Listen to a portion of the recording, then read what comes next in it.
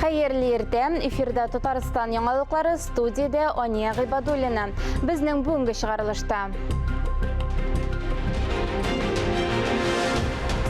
Bugün xalqımızın qaharman şairi Musa Celil'nin tuğuna 116 yıl Respublika Milli Muzeyinde mabit defterlerinin şun nüshası təqdim etildi. Жер бойынша документларны рәсмиләштерергә ашыгыз 1 марттан вакытлы статуслы жер кишәрлекләре кадастр исәбеннән чыгарыла. Бүген операция вакытында ярдәм иткән шәфкать туташларының һөнәри бәйрәме Чаллыдан әзерләнгән махсус репортаж.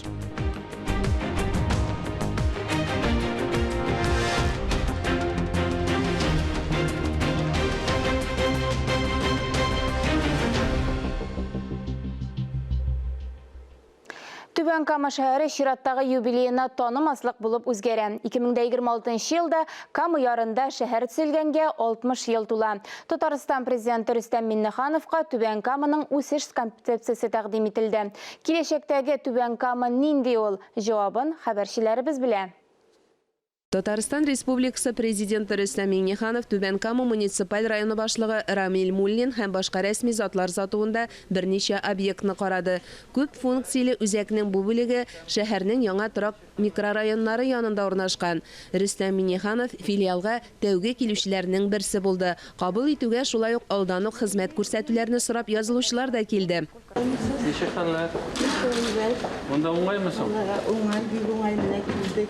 Bütün sineyteler, topaşlar,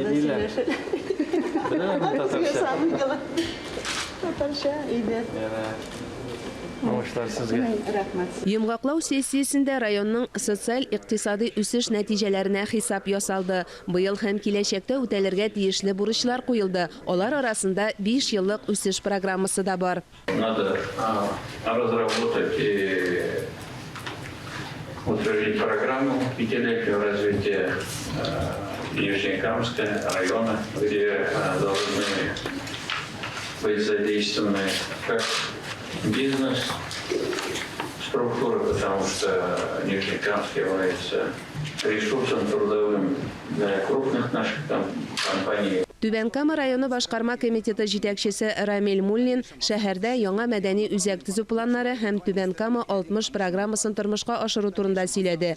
Аның төп максаты шәһәрне илнең нефть химиясе тармагы башкаласына әверелдерү. Моның өчен Түбән Камада 60 зур проект гамәлгә ашырырга планлаштырыла. Мөршидә Җихан, Валентина Васильева, Татарстан яңалыклары. 2021 елда яшәү сыйфаты дәрәҗәсе буенча Татарстан Россия төбәкләре рейтингында 4нче урынга чыккан. Исемлекнең башында Мәскәү, Санкт-Петербург шәһәрләре, Мәскәү өлкәсе тора. Республикабыз моннан 1 ел элек тә шушы баскычта иде, былтыр исә ул үз күрсәткечләрен тагын да яхшырткан. РИА Новости агентлыгы үткәргән тикшеренүдә шулай диелә. Шунысы да үзенчәлекле 2020 ел белән чагыштырганда беренче эшлеккә кергән төбәкләрдә яшәү сыйфаты бер кадәр начарайган. Татарстан исә киресенчә әлеге күрсәткеч уңай якка үзгәргән. Бүген Пекиндагы Олимпиадада 9 комплект медаль уйнатыла. Моннан тыш Олимпиадада хатын-кызлар арасында фигуралы шоу буенча кыска программа уза. Анда якташыбыз Камилә Вәлиева да чыгыш ясый. Күчмә арбитраж суды Халыкара Олимпиада комитетының Камиләне читләштерү апелляциясын кире какты һәм фигуристканы аклады. Камиләнең шәхси беренчелектә катнашуын дәвам итә алуына без бик шат. Олимпиадада җиңүен телибез. Турдан-туры трансляция көндезге 1дә башлана. Бүген операция шәфкать туташларының һөнәри бәйрәмнәре. Алар хирургларның уң кулы санала, зур җаваплылык тиеп эшләргә туры килә. Чаллыдан әзерләнгән сюжетыбыз шушы һөнәр остасы турында. Эльмира Новоселова операция блогында инде 22 ел эшли. Бу вакыт эчендә неврология бүлегендә дә, офтальмология операция бүлегендә дә эшләргә өлгергән. Хәзер гинекология проблемалары булган пациентларга ярдәм итә. Операция шәфкать туташы өчен бик җаваплы, авыр. 8 операция ясаган көннәр була ди Эльмира. Операционные медсестры начинают свою работу с 7:30. Операция шәфкать туташлары үз эшләрен иртән 8нче яртыдан башлыйлар. Кайчагында төшке ашка да тукталмыйча кичке 4кә кадәр эшләгән чаклар була. Операция блогы дәвалау оешмасының йөрәге. Биредә табиблар шәфкать туташларының бөтен көчләре пациентның гомерен коткаруга юнәлдерелгән. Шәфкать туташлары хирургларның уң кулы, мәрхәмәтлелек фәрештәләр алар. Операциянең нәтиҗәсе команданың оператив эшләвенә, табиб күрсәтмәләренең төгәл үтәлүенә бәйле. Каждый год мы вместе выполняем где-то практически более 1000-1200 операций. Ел сайын біз бірге 1000-1200-ден артық операция ясыйбыз. Шәфкать туташлары хирургның карашыннан барысында аңлыйлар. Операция вакытында табибкә нинди корал белән эш итәргә кирәклеген алдан ук белеп торалар. Алар белән эшләү дә җайлы. Операция шәфкать туташлары бик түземле, собыр кешеләр. Кайчагында хирургик операциялар бик катлаулы була бит. Было серьезное ранение болгаркой, да, женщина приехала прямо с этим кругом. Бер ханым булгар пычкысына эләгеп җитди яраланган иде. Аңа операцияны барлык табиблар бергә җыелып ясады. Авыз куышлыгы, аңкауны саклап калу өчен барысын эшләделәр. Гомерен саклап калдылар. 5-нче шәһәр хастаханәсе офтальмология бүлегенә күзләрдә төрле травмалар булган пациентлар эләгә. Биредә күз авыруларына төрле хирургик операциялар ясала. В нашем отделении на данный момент всего 2 операционные медсестры. Безнең бүлектә хәзерге вакытта бары тик 2 операция шәфкать туташы гына эшли. Медицинаның башка өлкәләрендә кебек үк, без дә урта медицина кадрларына кытлык кичерәбез. Булганнарның кадерен белергә тырышабыз. Операция шәфкать туташлары әле психологларда. Операция алдыннан күп кенә авырулар ярдәмгә, җылы сүзгә мохтаҗ. Шәфкать туташлары аларга булыша. Хочу поздравить всех операционных медсестер. Барлык операция шәфкать туташларын бәйрәм белән котлыйсым килә. Бәхет, уңышлар, сәламәтлек телим.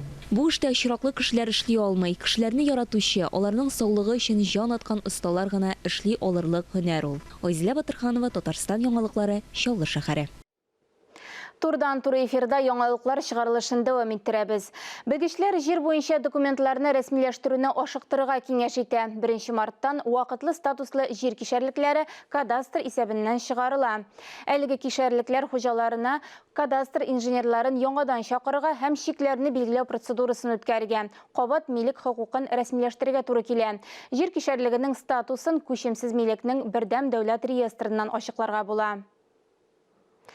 Тагын бер файдалы мәгълүмат: Татарстанда ташламалардан файдаланучылар өчен билетларны дистанцион рәвештә рәсмиләштерү мөмкинлеге барлыкка килде. Тимер юллар идарәсе белән пенсия фонды үз мәгълүмат системаларында пассажирлар турындагы мәгълүматларны берләштерде. Хәзер инвалидлар, ветераннар һәм ташламаларга ия булучы башка катлам кешеләре шәһәр яны яки шәһәрара транспортта бушлай йөрү хукукын дәлилләү өчен офиска үзләре килеп тормаса да була. Моның өчен Россия тимер юллары сайтына яки мобиль кушымтага кирергә кирәк. Газета журналларда нинди темалар өстенлек итә? Татар укучысын нәрсә җәлеп итә? Әлеге сорауларга җавап матбугат күзәтүе сәхифәсендә. Сүзне журналист Миңназим Сәфәровка бирәм. Хәерле көн, мөхтәрәм телевизор караучылар. Берникадәр мәҗбүри ялдан соң матбугат күзәтүне дәвам итәбез. Татар матбугаты нинди мәшәкатьләр белән яши? Нинди проблемаларны алга сөрә? Шәһри Казан газетасы мәктәп укучыларына нәрсә ашату белән кызыксынырга булган. Тикшерүләр күрсәткәнчә, мәктәп балаларына суык ризык ашату очраклары 2 мәртәбә кимегән икән. Нормативлар буенча мәктәп ашханасында сосискалар булырга тиеш түгел ди. Әмма бала кичкенәдән кибет пилмәне, кылбаса, сосиски ашарга өйрәнеп, мәктәпкә килгәч кенә тыкмашлы аш ашый башламый дип яза хаклы рәвештә газета хәбәрчесе. Димәк, баланы иң элек дөрес итеп тукланырга идея өйрәтергә кирәк. Әмма балага нинди ризык ашаталар дигән проблема артында тагында җитдирәк проблема бар икән. Аз гына хезмәт хакына эшләргә теләүче пешекчеләр җитми ди мәктәп ашханәләренә. Монысы инде бездән тормый торган проблема. Димәк, проблемалар әйләнәсе йомылды. Газетаның куңак бүлмәсенә бу юлы 27 ел гомерен Кариев театрына багышлаган артист Фәнис Калимуллинны чакырганнар. Бала чагыннан җырлап яшәргә өйрәнгән артистның иҗатка һәм тормышка мөнәсәбәтләре үзенчәлекле. Әңгәмә бер тында укылып чыгарлык. Ватаның Татарстан газетасы исә үзенең язучылар арасында уйнаткан бүләк мини-трактор хуҗасы турында тәфсилле язма белән башланып китә. Бәхет елмайган Исмәил авылы кешесе Фабарис Галиев бөтен авыл кешеләренә дә хас булган проблемаларны күтәрү белән кызыклы. Авыл кешеләрен Аллаһ ярдәменнән ташламасын дип телик. Газета шулай ук барыбызга да тигән проблема. 15 яшьлек татар кызы Камиля Вәлиеваның Пекин Олимпиадасында ярамый торган препарат куллануда хаксыз гаепләнүенә мөнәсәбәтен белдергән. Шөкер, кичә әлеге проблема уңышлы хәл ителеп, Камиля безгә тагын яшел ут кабынды. Фигуралы шуу буенча дөньяны шаккатырган кызыбызга алга табада уңышлар насыйп булса иде дигән теләктә калыйк. Ватан Татарстан газетасында тагын бер гыйбрәтле язма татарча өйрәтергә хакым бар дип атала. Бу сүзләрне 13 телдә аралаша белүче яшь удмурт галиме, фән докторы Алексей Арзамасов әйткән. Татар телен үгисетүче әти-әниләргә, әби-бабайларга бу язманы кычкырып укырга киңәш итәр идем.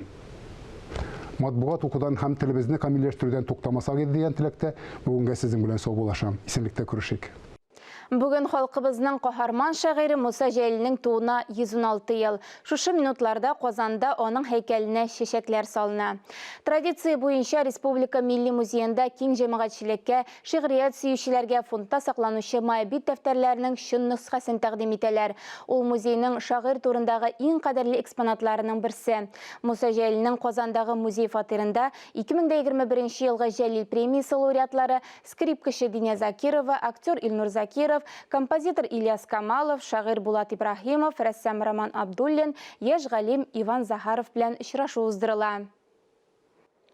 15 февраль халкыбызның бөек җырчысы Россияның һәм Татарстанның халык артисты Габдулла Тукай премиясе лауреаты Илһам Шакировның туган көне. Исән булса, аңа 87 яшь тулган булыр иде. Аның иҗаты татар җыр сәнгатенең тулы бер дәверен тәшкил итә. 20 ел дәвамында Габдулла Тукай исемендәге Татар дәүләт филармониясының сәнгать җитәкчесе вазифасын башкара, әйдәп баручы солист-вокалисты була. Гомумән, аның хезмәт кенәгәсендә бер генә эш урыны да филармония теркәлгән. Бүген сәгать 10-да Татар дәүләт филармониясе, ветеран артистлары, хезмәткәрләре һәм дин әһелләре Яңа Бистә татар зиратында Илһам Шакировның каберен зиярат кыла.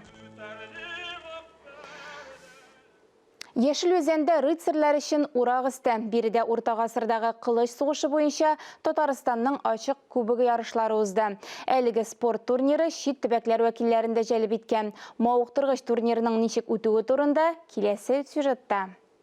Кылыч сугышыннан соң кулларының көче бетә. Күпләр арып талып җиргә егыла. Урта гасырлардагы кылыч сугышы буенча Татарстанның ачык кубогы ярышларында күпләр үзләрен санап карады. Берничә минутка кулларына кылычлар алып, көчле икәнлекләрен күрсәтергә тырыштылар.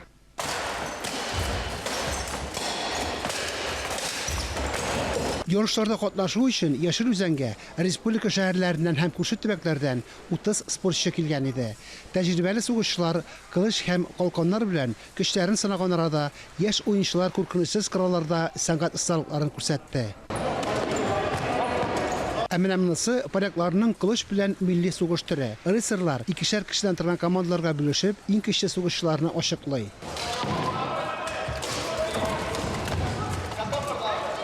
Урта гасырлардагы кылыч сугышлары хәзердә популяр. Аның киләчәге бар. Туристик максатларда күздә тотыла. Оештыручылар киләсе ярышларда җанатарлар кебек Россиянең башка шәһәрләреннән дә катнашучылар күбрәк булыр дип өметләнә. Фәнис Мөхәммәтов, Вадим Струминский, Татарстан яңалыклары, Яшел Үзән. Бүген 15 февральдә каһарман шагыйрь Муса Җәлилнең туган көне билгеләп үтелә. Бөтендөнья татар конгрессы оештырган 4-нче халыкара Җәлил укулары әдәби бәйгесенә дә йомгак ясалды. Төрле буын вәкилләрен берләштергән милләттәшләребездә зур кызыксыну яткан иҗади бәйгенең финалына 756 катнашучы узган. Шулар арасыннан жюри 135 җиңүчене ачыклады. Татарстан радиосының чираттагы турдан-туры эфиры Җәлил укуларының милләт тормышында һәм яшь буынны патриотик рухта тәрбияләүдәге әһәмиятенә багышланды. Бөтендөнья татар конгрессы башкарма комитеты рәисе урынбасары Илгиз Халиков йомаклау гала концертын уздыру, иҗади эшләр белән танышу, киләчәктә шундый бәйгеләрне дәвам итү мөмкинлекләре турында сөйләде. Без дә аңа берничә сорау белән мөрәҗәгать иттек.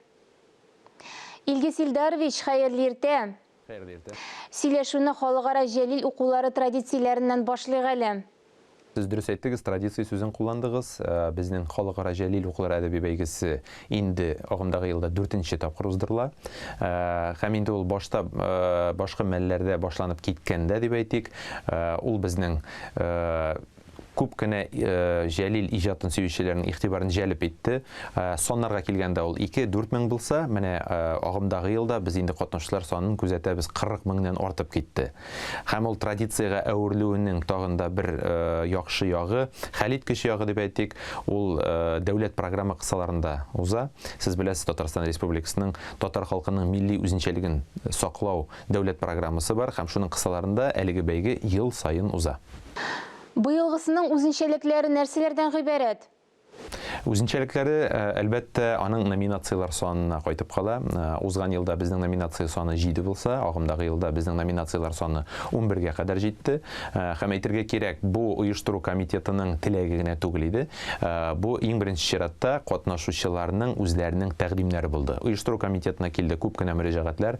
Шулар арасында Чиләбе өлкәсендә яшәгән милләттәшләребез, алар менә яңа номинациялар тәкъдим иттеләр. Һәм инде без үзебезнең яктан оештыру комитеты ягыннан өстәмә номинациялар тәкъдим иттек. Ул Муса Жәлил иҗатына багышланган, аның тәрҗемә хәлен күрсәткән музей һәм музей экспозициялар номинациясе.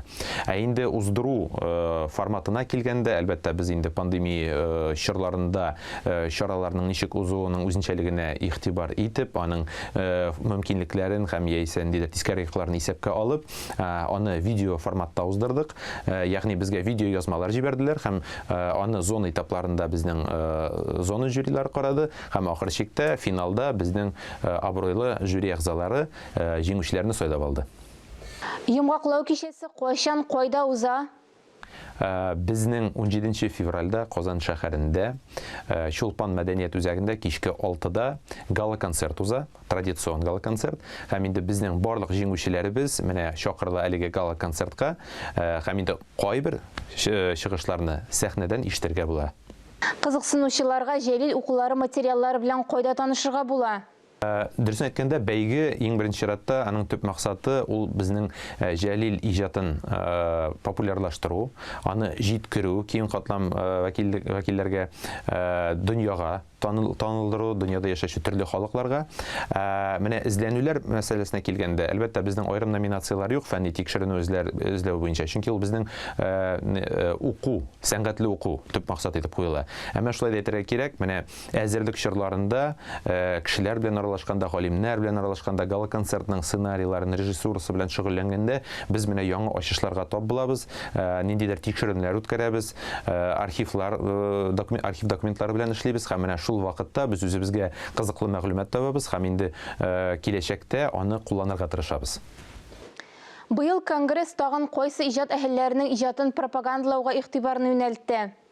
Бу очракта без инде замана белән бергә атлыйбыз һәм үзебезнең техник чараларны, социаль челтәрләрне файдаланабыз. Бу очракта инде әйтәсе килә Бөтендөнья татар конгрессының рәсми сайтын һәм инде Муса Жәлил иҗатына, аның тәрҗемә хәленә, бигрәк тә халыкара шушы бәйгегә багышланган Instagram челтәрендә безнең махсус аккаунтыбыз, битебез бар һәм без барысын да шушы аккаунтка чакырабыз. Анда сез төрле шигырьләрне күрә аласыз, тыңлый аласыз, һәм инде бәлки кемнәрдер катнашкан үзләрен дә шунда күрә ала. Әңгәмәгез өчен зур рәхмәт. Сез Бөтендөнья татар конгрессы башкарма комитет рәисе урынбасары Илгиз Халиков белән әңгәмә карадыгыз.